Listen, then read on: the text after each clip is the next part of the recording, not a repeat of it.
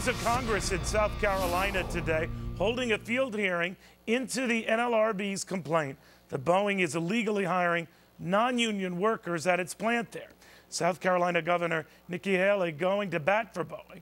The Labor Board's chief counsel also testifying voluntarily, but under the threat of subpoena. And at one point, it appeared that the White House itself was on trial. The NLRB itself has 4 Obama appointees and 1 vacancy, and one of those appointees is a recessed appointment, meaning not confirmed. Is that correct? That is correct. So the term independence, you're currently no more independent than Janet Napolitano or any of the other political appointees of the president.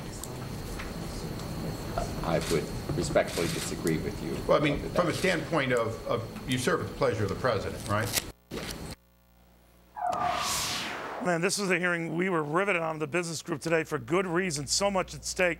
To South Carolina Attorney General Alan Wilson, who also testified there today. Mr. Attorney General, good to have you. How do you think this is going? Well, I thought it was a very good discussion today in front of the committee. I thought there were a lot of good comments were made, and I think the one thing that came out was that, in my opinion, the National Labor Relations Board's legal theory is lacking at best. You know, I got a sense that the labor representatives there were getting antsy, that they know that this was boomeranging back on them, and they didn't want to appear to be South Carolina jobs killers, for want of a better term. Did I get that right from the testimony I was hearing?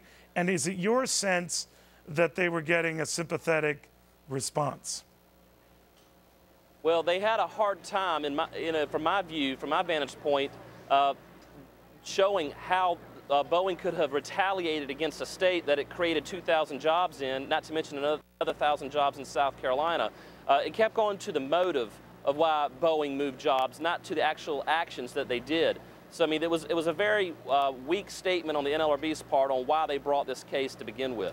Now, obviously, you're a lawyer. You wouldn't be Attorney General without that. But the legal argument here is that Boeing had a tit for tat, right? In other words, to strike back at union workers, it went to a non-union right-to-work state like your fine state, and that it punished union workers back home as a result. You argued that if that were the case, you'd have to see union workers directly impacted and or fired. I'm paraphrasing. But there's little evidence of that, right? I'm sorry, I couldn't hear your last question. Right, that's because we believe in that, something they call nat sound here, and we run it on godly high. I apologize. Her argument is that Boeing has not punished its union workers back in Washington State. So the NLRB's argument that union workers were directly impacted by this is false. Is that right? That is absolutely correct. When you create 2,000 jobs in a state, it's kind of hard to say you're retaliating against that state.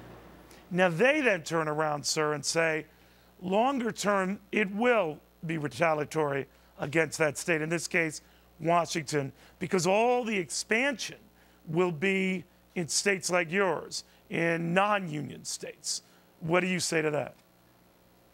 Well, it's kind of hard to bring an action against a future crime that you have no proof that will ever happen. And I also think it's kind of ridiculous to assume that a company would create 2,000 jobs in one area that would affect its business model solely to potentially retaliate years in the future. It just doesn't pass this common sense test to me. Well, from what I'm reading from the union guys, it's this, Attorney General. They see the writing on the wall. They could see where these crumbs are spreading and leading. And they know that Boeing is going to want to pursue expansion down the road in states or environments that don't have unions. Is that fair? Well, I think it's fair to assume, I think that is fair, but I'm going to take it one step farther.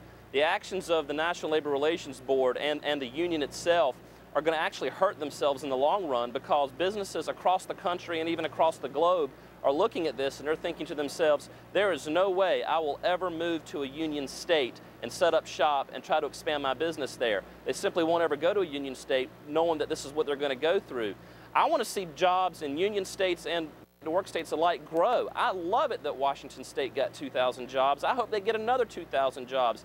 I hope Boeing does so well that they're able to diversify in 30 states.